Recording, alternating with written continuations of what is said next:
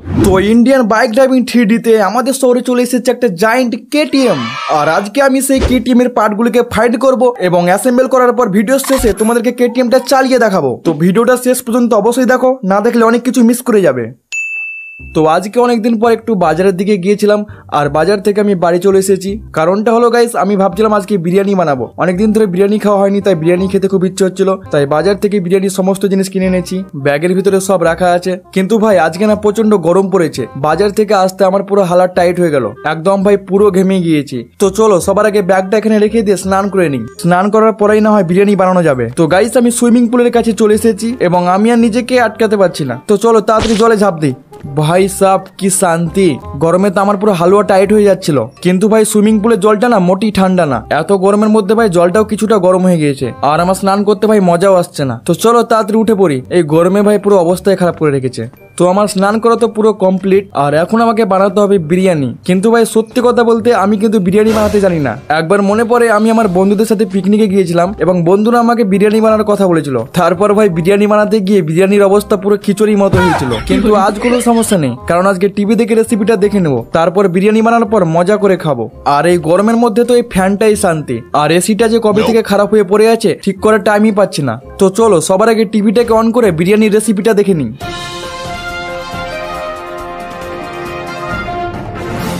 আজকে তাজা খবর, আমাদের শহরে চলে এসেছে একটা জায়ান্ট কেটিএম। এই কেটিএম এর বিভিন্ন পার্টসকে খুললে আমরা শহরের বিভিন্ন জায়গায় লুকিয়ে ফেলবো এবং যে সে পার্টগুলোকে খুঁজে কেটিএমটাকে অ্যাসেম্বল করবে, কেটিএমটা তার হয়ে যাবে। এর জন্য আপনাকে শুধু একটা ফর্ম ফিল আপ করতে হবে, ফর্মের মূল্য মাত্র 2000 টাকা। তো তাড়াতাড়ি করুন এবং কেটিএম জিতে নিন। ভাই সাহেব এটা আমি কি শুনলাম, কেটিএম তাও মাত্র 2000 টাকায়? না ভাই এই মৌকাটা ছাড়া যাবে না, আমাকে তাড়াতাড়ি ফর্ম ফিল আপ করতে হবে। কবে থেকে ভাই দাদুর যুগের বাইকটা চালাচ্ছি আর খাটাটা চালাতেও ভালো লাগছে না। আর ভাই কেটিএম বলে কথা, চলো তাড়াতাড়ি ফর্ম ফিল আপটা করে ফেলি। তো আমি কম্পিউটারের সামনে তো বসে পড়েছি, কিন্তু আমি কিছু বুঝতে পারছি না। হ্যাঁ এটা ঠিক আছে, এখানে নামও দিয়ে দিয়েছি, ঠিকানা ঠিক আছে, ফটো হ্যাঁ টাকা পেমেন্ট করে দিয়েছি, ক্লিক করে দিয়েছি। বাস ফর্ম ফিল আপ তো এখানে সাকসেসফুল হয়ে গেছে। এখন শুধু কেটিএমটা বাড়িতে নিয়ে আসার পালা। আর ভাই ফর্ম ফিল আপের সাথে সাথেই আমার ফোনে একটা মেসেজ হলো। তো চলো ফোনটা বের করে দেখি। আর এটা তো নিজে থেকে ভিডিও চলছে, আর এটা তো কেটিএম এর টায়ার বিল্ডিং এর উপরে রাখা আছে। তো আচ্ছা এখন আমাকে টায়ারগুলোকে সংগ্রহ করতে হবে। তো গাইস চলো এখন সেই টায়ারগুলিকে আনার জন্য বাইকটা নিয়ে বেরিয়ে পড়ি। বিরিয়ানি না হয় পরেই বানা যাবে, না হলে আমার আগে যদি অন্য কেউ সেখানে পৌঁছে যায় তবে সে নিয়ে নেবে এবং আমার কেটিএম জেতার স্বপ্নই থেকে যাবে। তো চলো বাইকটা নিয়ে আমাদের সেই পুরোনো র্যাম্পের কাছে যাওয়া যাক। তো আমি এখানে সেই র্যাম্পের কাছে চলে এসেছি, যার উপরে কেটিএম এর টায়ারগুলো রাখা হয়েছে এবং এর উপরে উঠাও শুরু করে দিয়েছি। তো এখানে একটু বাইকটা জোরে চালাতে হবে, কারণ আমি যতদূর দেখলাম সামনে একটু ফাঁকা আছে, তাই এখানে জাম্প করতে হবে। তো এখানে জাম্প করে দিয়েছি, ভাই পড়িস না সামনে, ঠিক আছে?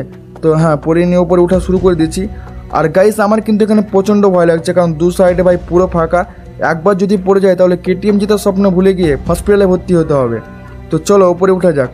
আর এদিকে আস্তে আস্তে উপরে উঠেও পড়েছি। আর ভাই সামনের রাস্তাটা দেখতে পাচ্ছ ভাই কতটা সরু, এখানে যদি আবার টায়ার স্লিপ করে যায়, আর এখানে টায়ার স্লিপ করার সম্ভাবনা বেশি থাকে, তাই আমাকে এখানে একটু সাবধানতার সাথে উঠতে হবে। তো বাস একটু উঠেই পড়েছি, আর হালকা আছে। চল ভাই উঠে পড়। হ্যাঁ উঠে পড়েছি, বাস উঠে পড়েছি। আর এই তো সেই কেটিএম এর টায়ারগুলো। তো চলো এগুলোকে তাড়াতাড়ি কালেক্ট করে নিই। তো আমার টায়ার কালেক্ট করা হয়ে গেছে এবং ফোন করে ডেলিভারি বয়কে বলে দিয়েছি, ওরা টায়ার আমার বাড়িতে পৌঁছে দেবে। আর গাইস চলো বাইকটাকে নিয়ে এখান থেকে একটা স্ট্যান্ড মারা যাক। তো আমি এখান থেকে স্ট্যান্ড মেরে দিয়েছি, মনে হয় ছাদের উপরই পড়বো। ভাই এটা তো সাইডে চলে গেল, মনে হয় ভাই এবার শেষ। না আমি এখনো বেঁচে আছি, হোয়াট, আমি বেঁচে আছি। তো আমি এখানে নিচে নেমে গেছি। এক সেকেন্ড, আমার ফোনে কিসের একটা মেসেজ এলো। তো চলো ফোনটা চেক করি। আর এটা তো বাইকের হ্যান্ডেল, আর এটা তো জুরাসিক পার্কে রাখা আছে। কিন্তু জুরাসিক পার্কে তো ডাইনোসর থাকে, আর আমি ডাইনোসর দেখে অনেক বেশি ভয় পাই। কিন্তু কোনো ব্যাপার না, তোমরা শুধু ভিডিওটিটা লাইক করে চ্যানেলটা সাবস্ক্রাইব করে দাও, যাতে এরকম মজাদার ভিডিও আর একটাও মিস না হয়। এছাড়া কেটিএম জিততে হলে একটু রিস্ক তো নিতেই হবে। তো আমি কেটিএম এর হ্যান্ডেল আনার জন্য বাইক নিয়ে বেরিয়ে পড়েছি, কিন্তু আমাকে এখানে কিছুক্ষণ থামতে হবে। আর আমি এখানে অনেকটা রেগে গেছি, আমি যখনই রাস্তা দিয়ে যাই তখনই ট্রেনগুলোকে যেতে হয়। তো ট্রেন তো চলে গিয়েছে, আর আমাকেও তাড়াতাড়ি যেতে হবে পার্কের মধ্যে, আমার আগে অন্য কেউ সেখানে না পৌঁছে যায়। আর হ্যান্ডেলটা যদি অন্য কেউ পেয়ে যায় তবে টায়ারগুলো আমার কোনো কাজে আসবে না। আর এদিকে পার্কের গেট তো খুলে পড়েছে এবং আমি ঢুকেও পড়েছি। আর পার্কের ভিতরে তো বাইক পুরো স্পিডে চালাবো, যা কিছু হয়ে যাক স্পিড কমাচ্ছি না, শুধুমাত্র হ্যান্ডেলটা দেখলে তাড়াতাড়ি নেমে কালেক্ট করে নেবো। আর বলতে বলতে আমি পার্কের অনেকটা ভিতরে চলে এসেছি, কিন্তু এখনো তো কোথাও হ্যান্ডেল দেখতে পাচ্ছি না। কোথায় কেউ আমার আগে এসে নিয়ে চলে যায়নি তো? না না না, এমনটা হতে পারে না, কেটিএম আমিই জিতবো। কিন্তু ভাই এক সেকেন্ড, সামনে তো ডাইনোসর, আর তারা তো দেখছি এদিকেই আসছে। গাইস আমি যেটার ভয় করছিলাম সেটাই হলো আমার সাথে। তো আমাকে তাড়াতাড়ি এখান থেকে পালাতে হবে, কোথায় ডাইনোসর আমাকে খেয়ে না ফেলে। A few moments later. উপস, তো ফাইনালি হলো কোন বাইক চালানোর পর ডাইনোসর আমার পিছু ছেড়েছে, আর এখানে এসে দেখি বাইকের হ্যান্ডেলটা এখানে রাখা আছে। তো চলো তাড়াতাড়ি এটাকে কালেক্ট করে নিই। তো হ্যান্ডেলটা কালেক্ট করা হয়ে গেছে এবং ডেলিভারি বয়দের ফোন করে দিয়েছি, তারাই আমার বাড়িতে পৌঁছে দেবে। তো চলো আগে তাড়াতাড়ি জঙ্গল থেকে বের হওয়া যাক। A few moments later.